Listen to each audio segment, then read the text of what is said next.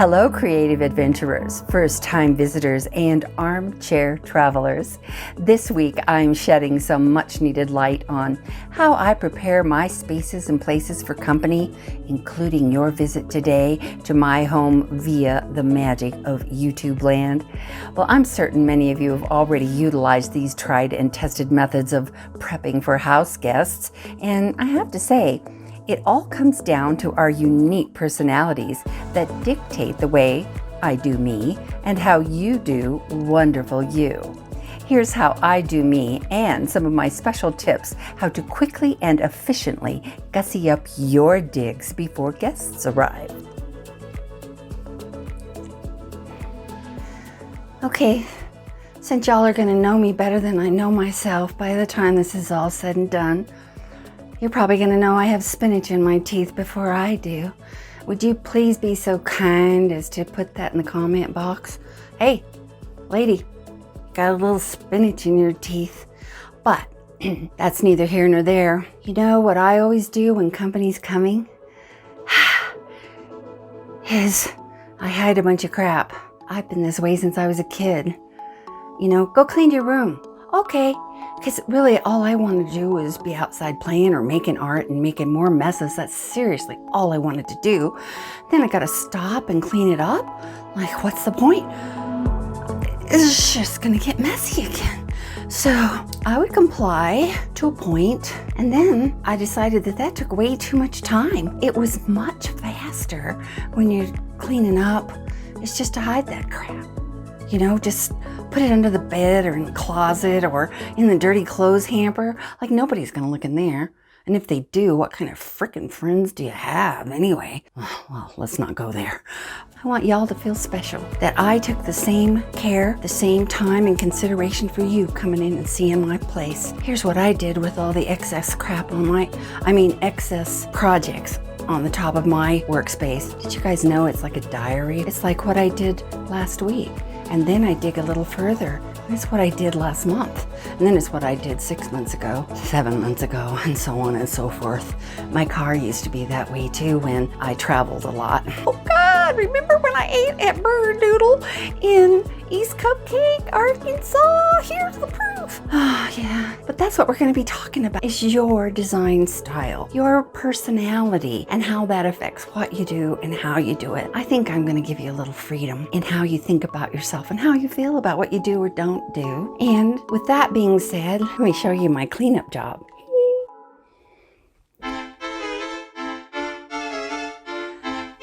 Let's just take a look under here. Oh yeah. Stuff is deep and wide under there. It's everywhere. I'm not kidding you. Look, I stuff it and go. Oh God, I love that about myself. Yeah, piles. Oh, here's the gold mine. This is all filed in probably Braille. I don't know. But this is also on my to-do list to take care of, especially since I have added more storage space in here and more tubs. I mean, how many freaking tubs can you have with crap in them? I don't know, but I'm gonna try for all of them. So I hope y'all feel a little bit better about yourself, and I hope the rest of you are still gonna like me after you see this.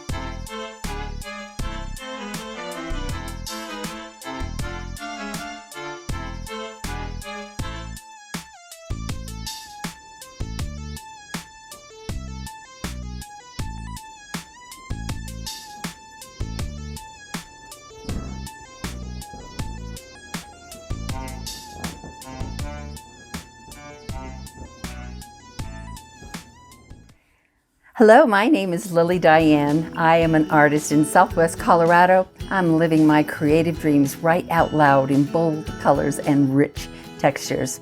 I've invited the entire world into my home to watch me experiment with any design techniques I wish to implement on our 1973 double-wide stick-built exterior home until we build our dream modular round home. Check out the video right up here if you're just meeting me for the first time, and it'll give you a little better picture of what I'm up to. Our home is my very own personal playground to try anything I want to do in the DIY arena, whether or not it works. Hello.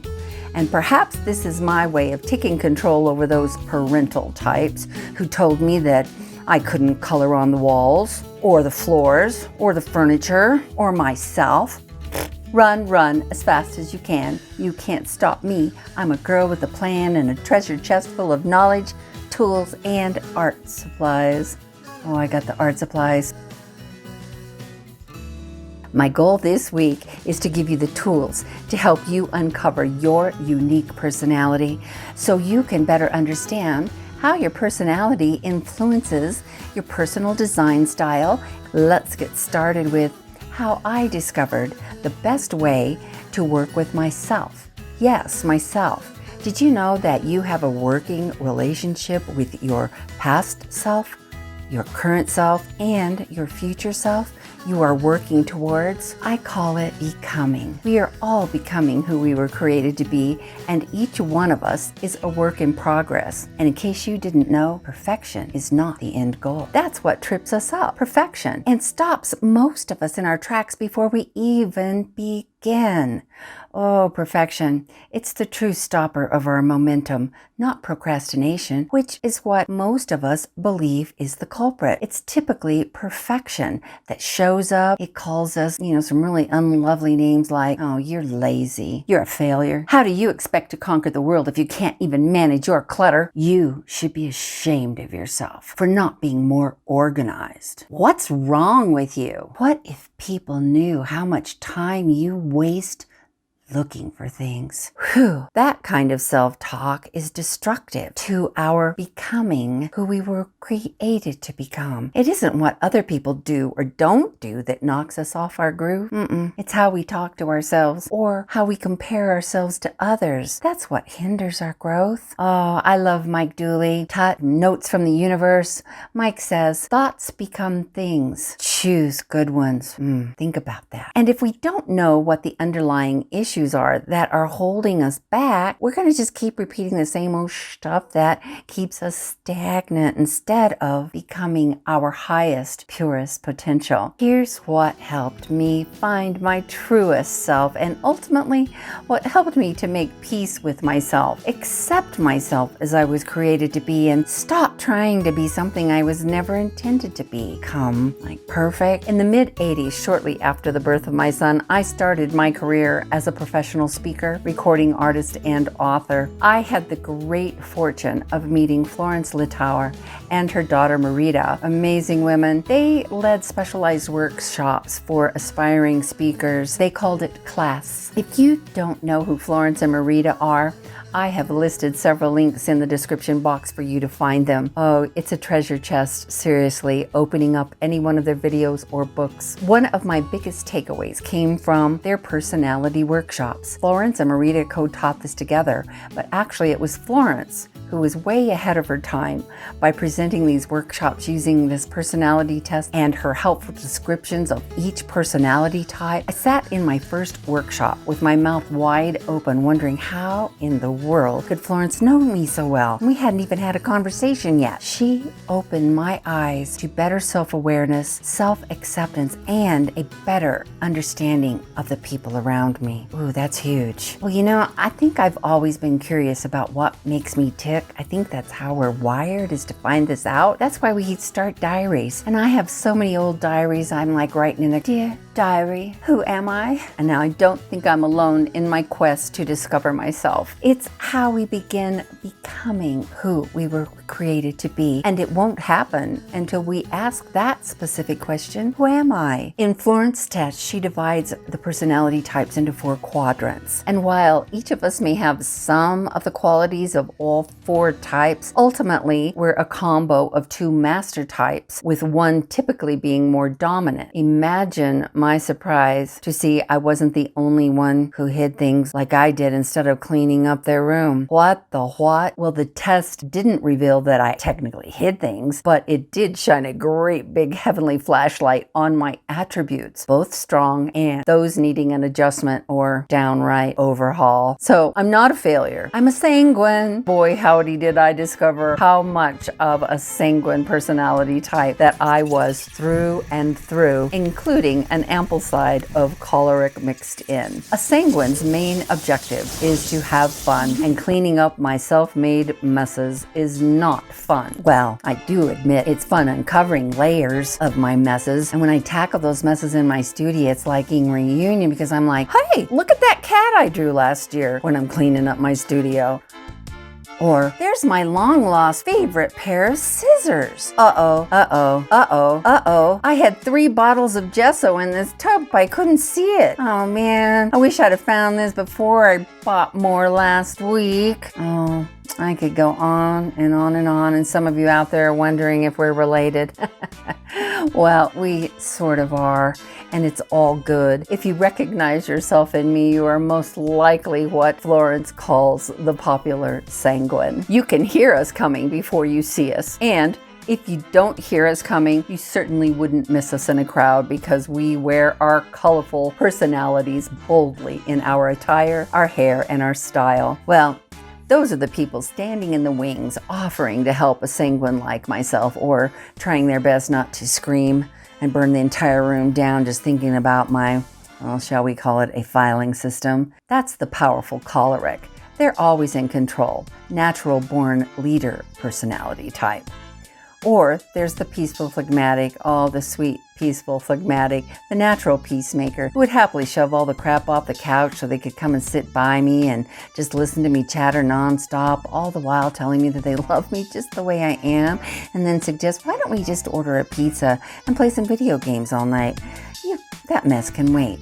Or the quiet, introverted perfectionist, the melancholy, who would create perfect order in my chaos if I'd only shut up long enough to let them get my attention, and that's if I can even find them, because they like to hug the wall on purpose to avoid standing out in the crowd, and truthfully, to avoid sanguine chatterboxes like myself.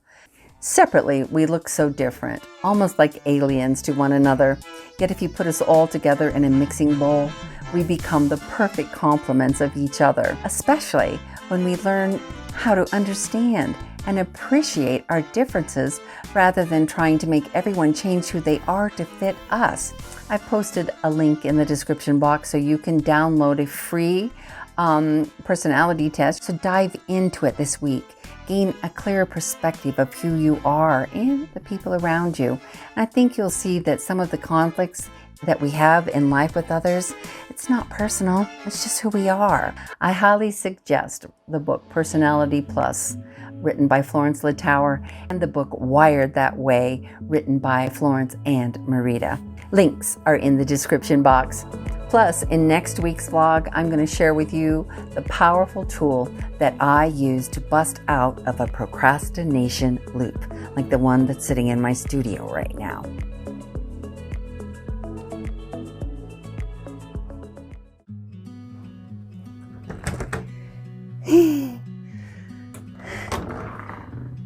We're going outside. Okay. I froze my, what do you call those? Cojones off a little while ago. I'm gonna do it again. Okay. I'm just gonna take you for a little walk out here. It's cold, it's beautiful. I'm practicing walking and talking and letting my pigtails fly. Isn't this gorgeous? We're gonna spin. Wait, let me get it up like this. Let me get it like this. Oh, there we go.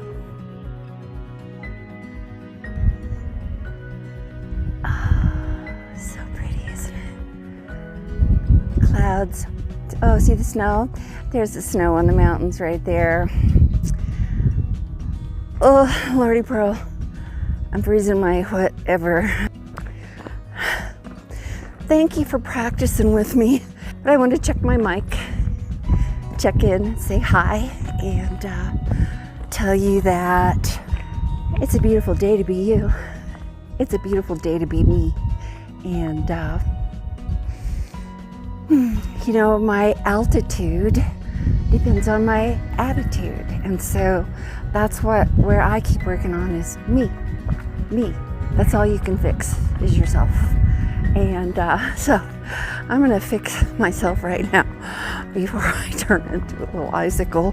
Can you guys see? Look at the tears. Can you see them? Blink, blink, blink. It's cold. Thanks for test driving with me.